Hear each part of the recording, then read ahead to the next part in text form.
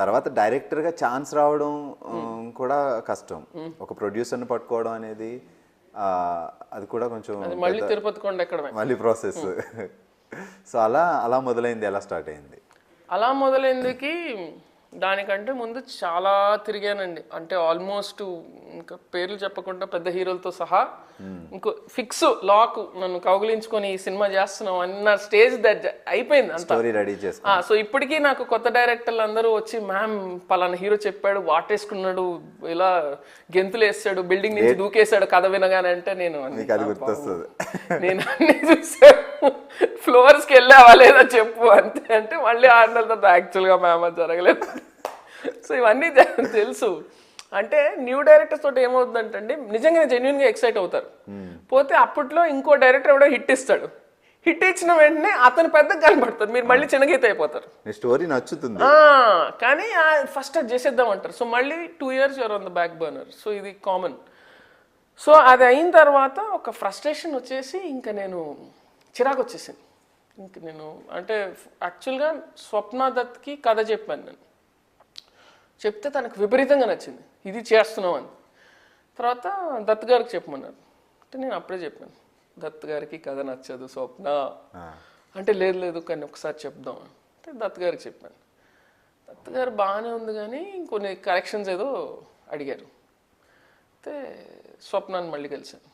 వీళ్ళల్లా corrections అడిగారు, మరి నువ్వేమంటావు అంటే, నీకు ఈ కరెక్షన్స్ చేయాలని నిజంగా నమ్ముతున్నావా స్వప్న అని. లేదు అని మీరు ఫ్రాంక్గా చెప్తారు. నేను ఫ్రాంక్గా చెప్పేశాను. చెప్తే స్వప్న ధైర్యాన్ని మెచ్చుకోవాలి. లేదు కరెక్షన్స్ ఏమీ చేయకూడదు. అప్పటికి ఏం జరిగిందంటే ఇది ఇంటర్మీడియట్ డిస్కషన్స్లో ఉండగా కళ్యాణ్ ఒకరోజు ఫోన్ చేశాడు.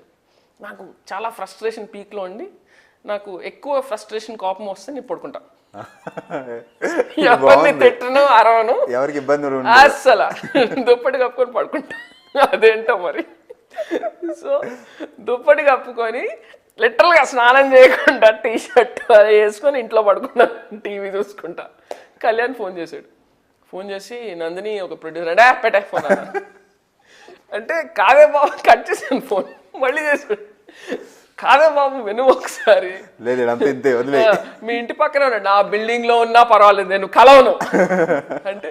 నందిని నిజంగా చెప్తున్నాను చాలా మంచి పోవే పని చూసుకోవాలి అని చెప్తే, నేను వచ్చి పికప్ చేసుకుంటాను, నేను తీసుకెళ్తాను, 1 గంట నీది కాదనుకోని ప్లీజ్. నేను బతిమలాడే లిటరల్గా కళ్యాణ్. ఇంకా కళ్యాణ్ గోల భరించలేక లిటరల్గా తిట్టుకుంటూ మా అమ్మకి చెప్పాను, ఆ గంటలో వస్తాడు, ఏ ప్రొడ్యూసర్ని కూడా చెప్పలేదు మా అమ్మకి, మళ్ళీ మా అమ్మ డిసప్పాయింట్ అవుతుందని. ఆ కళ్యాణ్ ఎక్కడికో బయటికి తీసుకెళ్తున్నాడో వస్తానని చెప్పేసి ఏడ్చుకుంటూ లిటరల్గా అవ్వదనే ఫిక్స్. మళ్ళీ ఇది టైం వేస్ట్ కదా, తిన్నది అరిగించుకోవడం తప్పితే వేస్ట్. మళ్ళీ స్నానం చేసి రెడీ అయ్యి వెళ్ళి సొల్లు కూర్చొని మళ్ళీ చెప్పి ఇది కానీ చెప్తాం అమ్మా అని, ఎందుకు మనకి ఇవన్నీ అని చెప్పేసి ఆ మూడ్లోనే వెళ్ళాము. అసలే మా దామగారు కథ ఎలా వింటారంటే, మీరు కథ చెప్తున్నారు కదండి ఇలా వింటారు, అదేంటో ఆయన కళ్ళు మూసుకొని వింటారు.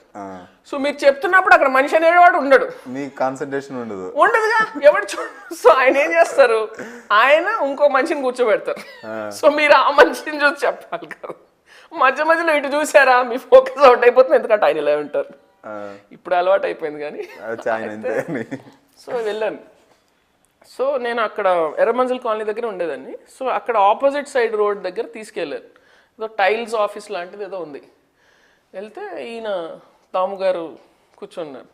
చూస్తే ఈయన ఏంటి టిపికల్ ఇండస్ట్రీ ప్రొడ్యూసర్ లేడు, పైగా ఇంగ్లీష్ మాట్లాడుతున్నాడు అనుకున్నా.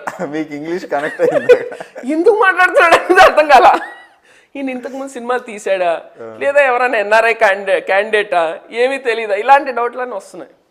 ఎస్ కమ్స్ డౌన్ అని చెప్పి ఎన్ని సంవత్సరాలు చేసావు అసిస్టెంట్ డైరెక్టర్, ఇవన్నీ కనుక్కున్నారు. మాట్లాడిన తర్వాత సరే కథ స్టార్ట్ చేయాలి. సో ఇంటర్వెల్ వరకు చెప్పాను కదా. ఇంటర్వెల్కి చెప్తే దామగారు ఉన్నారు, ఉప్పలపాటి నారాయణరావు గారు. రియాక్షన్ ఏం లేదు, ఇలా విన్నారు కథ మొత్తం. అలా మొదలైంది కథ. ఒక నవ్వు లేదు, ఒక రియాక్షన్ లేదు, ఒక స్మైల్ లేదు, ఇలా విన్నారు. గోవిందా గోవిందా అనుకున్నాను. ఇంటర్వెల్లో బయటికి వెళ్ళారు, సిగరెట్ కాల్చుకుంటున్నారు అక్కడ. మళ్ళీ వచ్చారు, కూర్చున్నాం. మళ్ళీ చెప్పాను. చెప్పేసిన తర్వాత మొత్తం చెప్పేసిన తర్వాత కూర్చొని ఈ సినిమా మనం చేస్తున్నాం. షాక్ షాకా ఇది షాక్ కాదే నేను ఎక్స్పెక్ట్ చేసిన రియాక్షన్. అసలు అల్టిమేట్ షాక్. అండ్ తర్వాత నాకు తెలిసింది ఏంటంటే ఇంటర్వెల్లో దాము గారు నారాయణరావు గారితో చెప్పారంట, ఈ కథ మనం చేస్తున్నాం, సెకండ్ హాఫ్ ఎంత దరిద్రంగా ఉన్నా పర్వాలేదు కరెక్షన్స్ చేసుకొని మాత్రం ఈ కథ అక్కడే decide చేస్తున్నాం. ఇంటర్వెల్లో డిసైడ్ అయిపోయారు. సో ఇంకా దాని తర్వాత ఇంకా నెమ్మదిగా అలా చాలా మళ్ళీ ప్రాబ్లమ్స్ తోటి బండి ఎక్కింది.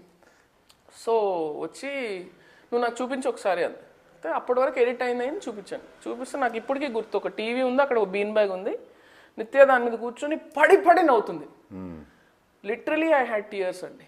అంటే అన్ని రోజుల తర్వాత ఒక మనిషి కూర్చొని నవ్వుతున్నాడు ఆ సినిమాని చూసి.